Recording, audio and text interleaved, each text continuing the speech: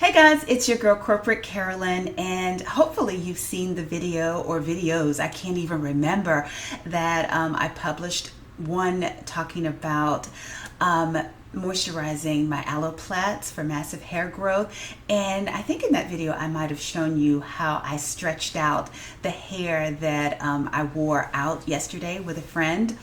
That showed you how I stretched it out even more to make it fool you, so that you think that I don't have 4C hair. And I'm going to do a post on my channel showing hair back from like 2016, 17, 18, where the curl pattern, I had no idea how to get it stretched other than maybe to do like a set where I sat under the dryer with like twists and curlers like this that would give me some elongation, but it never lasted because back then my knees or at least I didn't know that my knees had arthritis and I could still run, and so there was a massive amount of sweat, and so my hair would just shrivel right back up into the little bird's nest that it tended to be. So now all of a sudden with this aloe, it's just introduced a whole new world for me. Like, a lot of people used to talk about, you got to train your hair, you got to train your hair, and I had no idea what that meant. But aloe has been helping me to train my hair, and that's what you guys are hearing. And so that's why it's out now, and I just wanted to share it with you. At first I thought about pulling this out, but I actually kind of like this. I really don't mind this, and this would be a dream come true for that little girl living in the projects of Augusta, Georgia when I was 8, and wanting long hair. So it's such a blessing just for this to be my natural hair. And at first I was thinking that I was going to have to put some Cantu shea butter oil spray or deep conditioning spray on there in order to add some shine, but it already has shine. And for the people who keep asking me, do I rinse the aloe out? No. And in fact, I've already applied aloe to this hair right now at least 3 times, I believe, and I'm getting ready to do it another time tonight because I don't want this aloe to go bad. So let me flash back a little bit. For some of you who may be new to who I am, years and years ago, like 1999, I wrote a book called The Black Woman's Guide to Beautiful, Healthier Hair in 6 Weeks. And back then I had relaxed hair. And so people really gave me the blues because they were talking about, what do you know about natural hair? You're speaking about relaxed hair, you don't know. And I was like, they're right. It's going to be such a different experience. Lo and behold, a lot of the things that I was talking about back then, even though I was talking about shampooing your hair every week, which, I do not do. And the reason I said 6 weeks, because I detailed my 6-week shampooing and deep conditioning regimen that led up to my 6 to 8 week relaxing cycle. And then I got this wonderful revelation during that. I also published a second edition of that, and I believe 2002 maybe, something like that. And I did have thicker, healthier hair before the gray started kicking in, which caused a problem because trying to use a semi-permanent color, like you could probably see the gray here, I didn't use any of the tinted fiber edge control gel that I put on during the week. So the gray was just out of control, and then a stylist got me to do permanent color with the relaxer. But before I get away, like, my ultimate point was here. I don't know if you can see that my hair is a pretty decent length in this picture, and I used to use Caruso steam hair setters. I would air dry my hair, and it was just wonderful because you could just like have it in the ponytail method, I used to call it, and then it would look straight, it would have sheen. And then I could use the Richard Caruso steam hair setters, so I didn't have to blow dry or use a curling iron or anything like that. And I was just living the life until the gray hair led to bad advice, and where my hair was like nice and thick and healthy there, the stylist is like, well, why are you going every 14 weeks without relaxers? Your hair is so healthy. But it's funny, that same stylist who told me my hair was so healthy started blow drying it and using products that I don't really think were for black people's hair, like Pureology, or at least it wasn't for my particular type of hair. And this was PR Partners, and I'm going to put them out there because they really did a bad service to me, because like she said, let's cut off the dead ends. All of this is dead. So cutting off the dead ends, if you said cut off the split ends, and if I had been in my right mind and paying attention, I probably would have said, why don't you just clip the split ends? But I let her clip what she wanted. And then this, a third book I wrote, Secrets of a Skinny Jean Queen, how to, eat and act like you have good sense, a 7-step guide, like where it's talking about losing weight and everything. But if you can look at this, look that my hair went from, being like down here and full to being like this. And it stayed like that. And I kept thinking it was going to grow back to the former length, but it never did.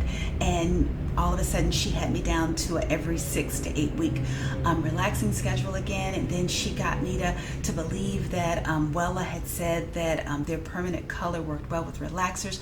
And I was really busy, with my husband's business and working, and I had 2, school-aged children.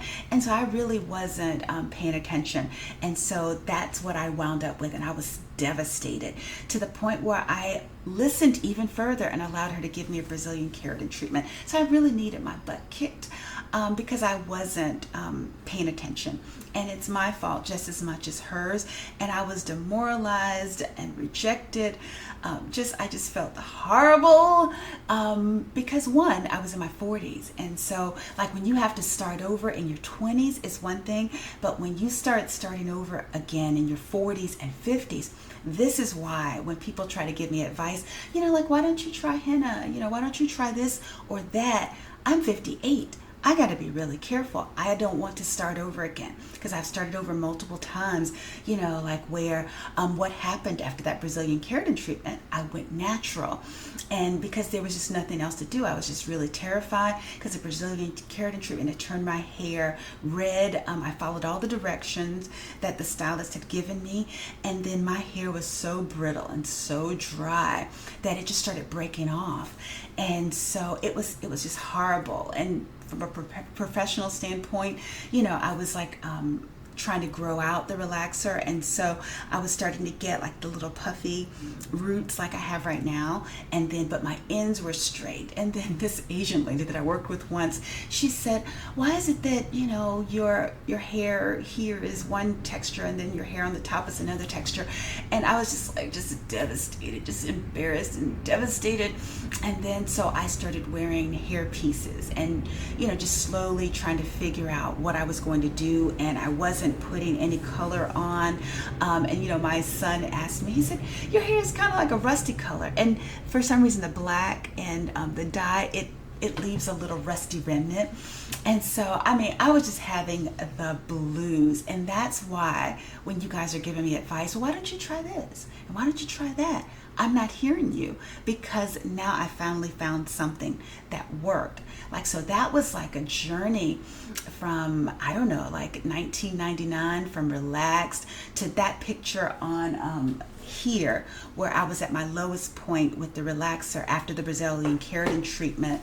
I was at my lowest point. And so from that period, from 1999 to 2010, and then like around 2013 or 14, just pulling it up and putting hair pieces on to just let it rest and just let it be. And then finally I realized that I can't combine relaxers with color, so I chose color over relaxers. And so that's how I'm still natural at 58.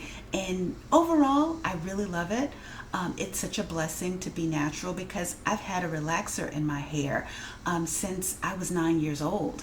And so that's why the picture you see of me, if you look at my channel post, it showed me with like little plaits. And so my hair was never long as a child or even as a teenager. My hair didn't get long until I was in my 20s and started using the Richard Caruso steam hair setter and following my 6-week regimen where I continued to deep condition.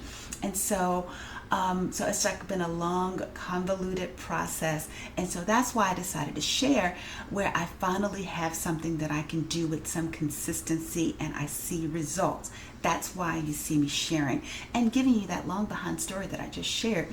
So, but anyway, for any of you who might have remembered, this was me back in the day with the first edition, 1999. I can't find the original book because surprisingly, I sold all of them.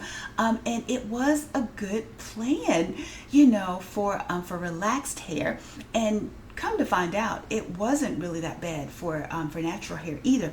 And then, like in 2002, I did a second edition, and my hair wasn't as thick as it needed to be because by that point I had started coloring along with it. So it was just a very long drawn out process, and so that's why I'm so happy now and willing to share, because at first I tried to make videos after the Brazilian keratin debacle or fiasco, whatever you want to call it, and a person who came across as a friend at first said, you really shouldn't make any more videos about black hair care.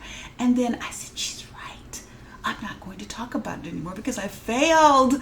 I thought that I was some sort of, source or resource. And, she's right. I'm a big fat failure. And so I didn't talk about hair care for a long time. And I realized that everybody who calls you sis is not a friend.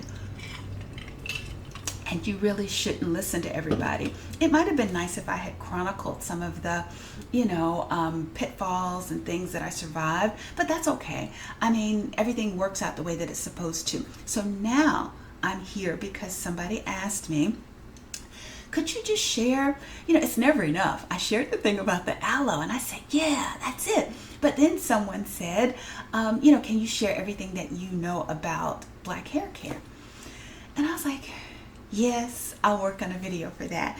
And so, I really have a heart for black women that are trying to grow their hair because of that little 8-year-old girl in the projects of Augusta, Georgia, wanting to grow her hair and, always envying Shirley. I was going to say Shirley Valentine. That's a movie from, a British type genre, but Shirley Temple, who had the little curls, or like Cindy from the Brady Bunch. I always wanted that, and I could never get that. And so I see so many ladies now who won't even go to the grocery store with just a regular hair. You would think you could just pull up into a little ponytail and keep it moving, but I see my sisters with bonnets and with scarves and and like these huge wigs, like with the lace fronts and just not their best look, especially when I see women under 25. It really makes me sad. I would rather see your hair, your 4C hair or 4B hair, whatever, and just a little ponytail. It doesn't have to be, fixed or gorgeous or anything. I see white women and other women going out with a little raggedy ponytail and then coming back home and fixing themselves up for the day. But I'm not seeing that with us. And whether we admit it or not, there are people who clown us for that. I did have an Indian lady that I worked with at MCI years ago, and she saw a picture of me. Actually, I worked with her at a different company, but we had the same boss, or we knew the same person from MCI, and she was talking about, she made a comment about, well, yeah, black women can't grow hair. I'm like, what? And even with this picture, I don't know what I did with it, where I showed you, what my hair looked like at the longest with the relaxer. I went back to work when I worked for Sprint, and this Chinese guy, I think, I said I went to get my hair done, and he says, well, what do you do when you go get your hair done? Do you just get another wig? So people are clowning us, and some people are laughing at us, and I'm just tired of that. I want us to get our own hair, whether it's natural or relaxed. I'm not telling you how to do it because I know this is work. And if you don't want to fool with it, and you don't have to color, then as long as you take care of it, go for it. But I just want whatever state our hair is in, I want us to be proud, and I want us to get out here and stunt and represent, and let people say, hey, black girls, we can, show our hair too, and we can hang with you. It's different for a reason. God wanted it to be like this, and we need to be happy with it and go out and let the world see it. So with that said, this video, that's the longest intro, right? So with that said, and I have to do my notes, I'm 58, my mind is all over the place. So I have like a few little notes down. And this is basically, in a nutshell, what I know about growing longer, healthier hair. And so I'm going to call it again, like the Black Woman's Guide to Beautiful, Healthier Hair. And I'm not going to put any weeks on it because a lot of times I don't even shampoo my hair in 6 weeks. So I can't, go with a time period. And this is a journey. That's why a lot of women say, my natural hair care journey. And this is what I've learned on my natural hair care journey as well as on my relaxed hair care journey. So I'm going to merge all of that together. And these next 7 steps or tips that I have. Okay, so number 1 is shampoo as often as your hair needs it. If your hair is relaxed, maybe you need to do it once a week. If your hair is a tangly mess and, it doesn't need to be relaxed on a regular basis, maybe every 4 to 6 weeks, as often as you need it. But the key thing is whether it's relaxed or natural, you need to deep condition it. Now, can I tell you what shampoos and conditioners to use? No. I let you see what I'm using, but I can't tell you what to use. And I used to get so annoyed with the stylist that I had before I decided to go it alone. No stylist will touch my hair. I've never met one that is gentle or tender with my hair, respectful of my time, that offer tips that actually help to grow my hair. Like with that picture that I showed you where my hair was the longest, where it was relaxed, I went to a stylist that a pastor from our church referred me to because she did her weaves or whatever. And when she saw that picture, she said, "Who did your hair there? Who took care of your hair then?" And I said, "Me."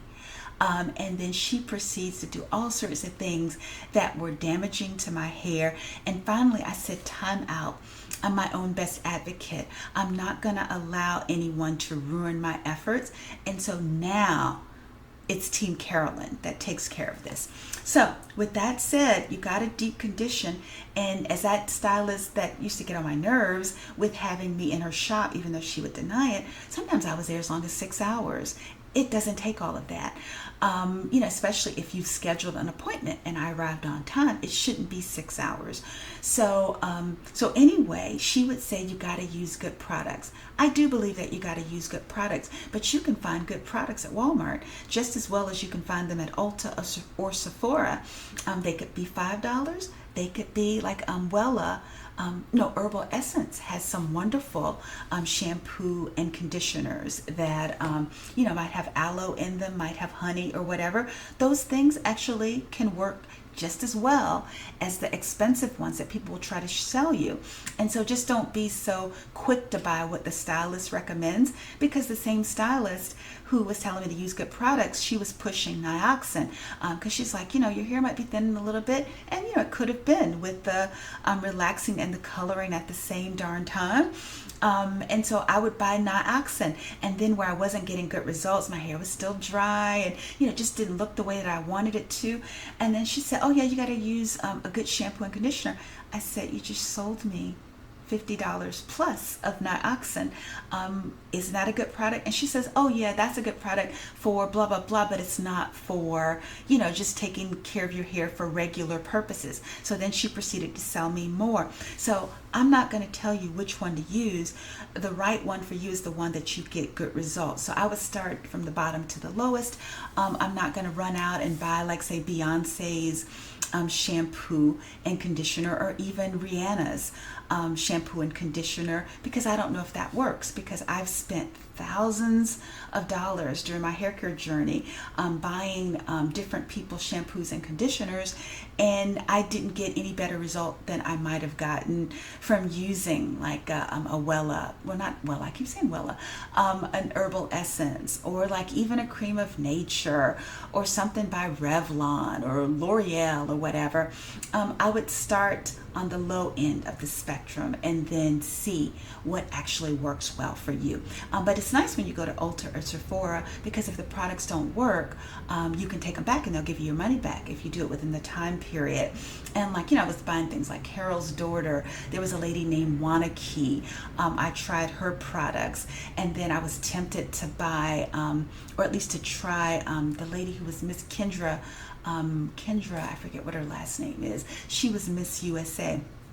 But her hair has always been long and beautiful. So just because she's created a shampoo and conditioner now, that's not going to give me the same results as she has. So I'm not buying that either. I'll stick with my Walmart app and have the shampoo sent to me. The only thing new that I'm trying, I'm going to try Natural 85's shampoo, her melanin products. I'm going to try those and see how they work. But shampoo and deep condition, meaning either sit under the dryer or get your conditioning cap and let some heat allow that conditioner to go in. Use some nice leave-ins that work well for you. Make sure your hair is nicely conditioned. Use protein treatments as needed, especially if you color or you relax. You're definitely going to want to build your hair back up, and I definitely do that the few times that I do color my hair. And then, so number 2, gentle handling. I can't tell you that enough. When I was showing you in the video of how I was handling my hair now, I didn't comb it to get it, and I see like a little tangle here. I didn't comb it to get it to do what it's doing. I didn't separate this properly. But anyway, I didn't comb it. I just finger combed it and detangled it just by running through the little plaits or whatnot. So you don't have to comb it all the time, especially when it's wet, but you definitely want to make sure that you're not like taking a comb and just running it from the roots to the end. Get you a wide tooth comb, detangle the bottom first, and then work your way up. Don't do your hair when you're rushing, because it leads to breakage. And the stylist that I decided I would never go see again, because she was running the comb through real fast and she was wanting to brush it while it was wet. And I said, yeah, I don't want you to brush it while it's wet. If you're in a rush, I will detangle it for you.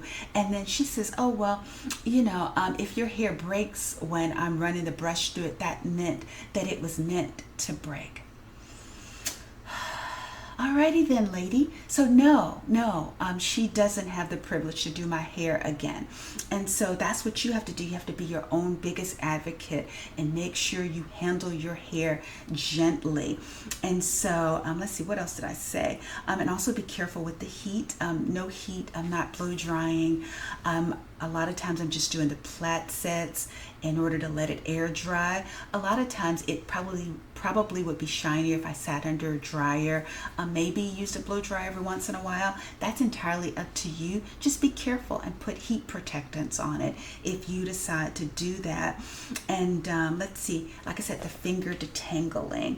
And when I shampoo and condition my hair in the shower, well, like after I've taken the deep conditioner off, and then I get in the shower and I rinse it out, I use Elvive's, they have a super detangling conditioner, and I put, a big glop of that onto each section and run it through, let the water run through and like detangle it from the ends with that wide tooth comb and finger combing it in order to create like at least 4 sections where I'm like going to twist it before I get out, which allows me to cut the detangling time and effort in half of what I want to do with it once everything has been rinsed out. So but you really have to treat it like it's and it's so funny, our hair seems like it would be the roughest to handle, but it's not.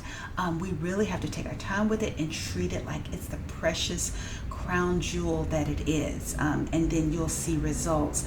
Number 3, whether your hair is relaxed or natural, you got to moisturize it.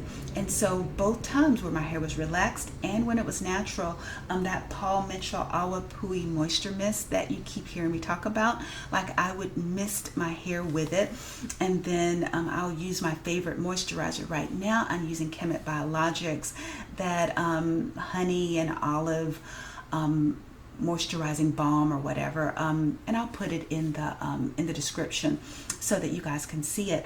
But figure out what your favorite moisturizer is. Again, start with the cheaper ones, see what works for you, rule them out. Don't waste, thousands of dollars like I have. Hopefully I'll save you some money.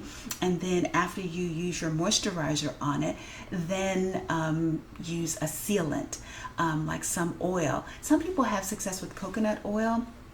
I didn't have a whole lot of success with that, although I used to use it when I had my own line of hair care products, which was, such a struggle. It was called Healthier Hair in a Bottle. And because the manufacturer kept raising the number of units that you'd have to buy in order to get a good wholesale price, it just became so problematic that I gave up. That's why I have a special heart for Natural 85 with the melanin products, because I know how difficult it can be to try to do that if you don't have deep pockets. It's very difficult. And so anyway, that had coconut oil in it, and I did have success with that. But later on down the road, I realized that other oils like avocado, olive, let's see, what is grapeseed, they were easier to be absorbed by my cuticles. So I switched to those types of oils. But right now I'm using my Elle's oil that she has with rosemary in it. So definitely do that. And I moisturize my hair 5 days a week. Yesterday I did a moisturizing session just to show you guys again. Once I took my aloe plaits down, but normally I don't do it 6 days a week because it makes it, a little greasy or just a little too much oil. So at least 5 days a week for me if your hair is really dry. But if it's not, then do it whatever works best for you. And I definitely moisturize before I put it under protective style. No half wigs. I have the pleasure of resting on my hair because I don't do wig caps. So my hair needs to be well moisturized and hydrated before I put something on top of it, before I put ponytails on top of it. And those of you who are going to get your hair braided, I would recommend that you would definitely moisturize before putting something on your hair for a long time. You'll never see me with my hair braided. I like to be able to take any protective style that I have on down every night. I don't want to sleep with like crocheted hair or anything like pulling on my edges, pulling on my scalp. I'm 58. I can't mess this up. Once my ends leave, my edges leave, they're not probably going to come back. So I can't play. And I suggest that you don't play either. And then number 4, trim to keep split ends from going up your hair shaft. I keep a pair of trim scissors, and the reason I keep them in my makeup bag is because if I see, something that looks even remotely close to a split end, or if I see like, the ends are kind of, straggly or whatever, thin, then I definitely try to trim them. But the only thing I caution you against is a lot of hairstylists equate trimming split ends with making sure you have an even line across the back. If that's the look that you want, then great, praise the Lord, do that. But if you're just like trying to grow your natural hair and you don't have any split ends, it doesn't have to be even. Like this doesn't have to be even. Nobody cares. Nobody's looking or monitoring to see that it's even, especially if you're trying to get to a certain length. So be careful about that, but definitely say no to split ends. That My Elle oil, it claims that it helps to minimize or reduce split ends. So I definitely put that on my ends when I'm sealing. Okay, number 5, protect your hair while sleeping or in bed. And so what I do with that is I'm not a bonnet person. There were times back in like maybe the 90s where I think Sally's had a product by Fantasia IC where it was like an oil you could spray on at night, and there was an ugly yellow bonnet that you could wear. My husband didn't like that bonnet, and so I would try to put it on, like I'd have it under my pillow and I would put it on when I went to sleep. And then after a while I said, I don't like the looks of this yellow bonnet either. I don't want to go to sleep looking like that. So what I did, I wound up switching just to satin pillowcases. They sell them everywhere now. They're not that expensive, or you can, buy a satin pillow set or a satin linen satin bedding set if you want that. But yeah, definitely. I have at least 5 or 6 and I rotate them, as one might get too greasy or something. When I change the bedding, I go ahead and wash it and swap them out. And so when I go to hotels, I take the pillow with me now that I'm older. At 58, you're traveling with your pillow in your suitcase because you don't want any foolishness like your neck hurting or your back hurting. But like for younger ladies, just throw the pillowcase in your luggage if you want to, or if you forget, I take one of their cotton towels and put it on the pillow, and I never see any hair attached to it when I wake up. And so that has protected my hair as well, because the pillowcases that they have, I find that they are drying, and so I never let my hair rest on that. So that's something you definitely want to do. Please don't go out of the house with the bonnets. What are you protecting your hair from out there? And I do get it for ladies with relaxed hair who want to wrap their hair so that it's elongated and stretched and that there's movement, and you might tie it up in a scarf at night. I perfectly get that. You don't have to make any changes, but there's no need for you to wear that out of the house. I don't know why it's protected out there in the streets. So just, take it out, go out, wear your hair with pride. And that's what I want to encourage. Like, if other people can talk about pride, we can talk about pride of ownership with our hair as well. And then let's see, number 6, minimize daily manipulation. You don't want to be combing your hair roughly every day. Like I said, the whole finger combing thing as often as you can. Find a style that you might be able to recycle. When I used to use the Caruso steam hair setters, I would use it maybe one day, and then the next day I would still have some leftover curls, so I would at least get 2 days worth of wear out of that. If you do a plait set, that'll give you at least 3 or 4 days depending on how much you exercise. And what I love, which has really helped to minimize the daily manipulation for me, is the protective styling. Like if you check out my video where I show the half wig that I love from ilikehairwig.com, that has really helped me because 5 days during the week I can keep this in a plait. 2 plaits for this, a plait for that, pull that up in a loose bun and put that half wig on it or put a ponytail on it. And so I'm not combing my hair 5 days out of the week, those times that I do that. Maybe I'll let it down during the weekend, let the husband be happy a bit because he likes to see it out like this. But like especially during the winter when I'm wearing like faux fur stuff and wearing turtlenecks, my hair catches on things and it will pop and it will break. And I went from having like really full natural hair that was out in 2018 to all of a sudden my hair just started getting shorter and shorter and shorter. And even the hairstylist that I used to go to at the hair cuttery, she said, I just want to see how long it's gotten. And I said, it really hasn't retained any length because I'm losing length because I'm keeping it out all the time. And when I wrote my book back in the day, I used to hear women talking about protective styling, and I thought, what's the fun of that? What's the point? You grow this long hair and then you can't wear it out, and I said, if I can't wear it, I don't want it. And so I kept wearing it loose and it kept catching on my bags, my sweaters, and just whatever. And the next thing you know, I had to get it trimmed and it was a lot shorter. So find ways to protect your hair as often as you can. You don't want to comb it every day, and you definitely don't want to comb it roughly. So number 7, and this should have probably been number 1, eat and drink for overall health. Eat and drink and exercise for overall health. Like you notice I'm drinking the water all the time. Drink your water. Eat some salads. Get you some protein. If you watch the video where I talk about intermittent fasting success and how I make it to 12, I'll talk about this protein drink that I've added to the mix to make sure that I'm getting enough protein in my hair. It's one thing to do a protein treatment, but you also want to have, like protein as a building block for your hair. You want to take supplements. I stopped taking the biotin, but I might add collagen, especially for my skin too. I might add that to the mix. So you definitely want to be healthy overall, because that will lend itself to your hair growing faster and healthier as well. So those are the 7 tips that I have. I can't recommend any particular product. Like say, use this shampoo and conditioner, it'll make your hair grow. It's different for everybody, unfortunately. Use this one hair oil, use Botana oil, it'll make your hair grow. I plan to try that and review it for you guys, but will that be the magic elixir?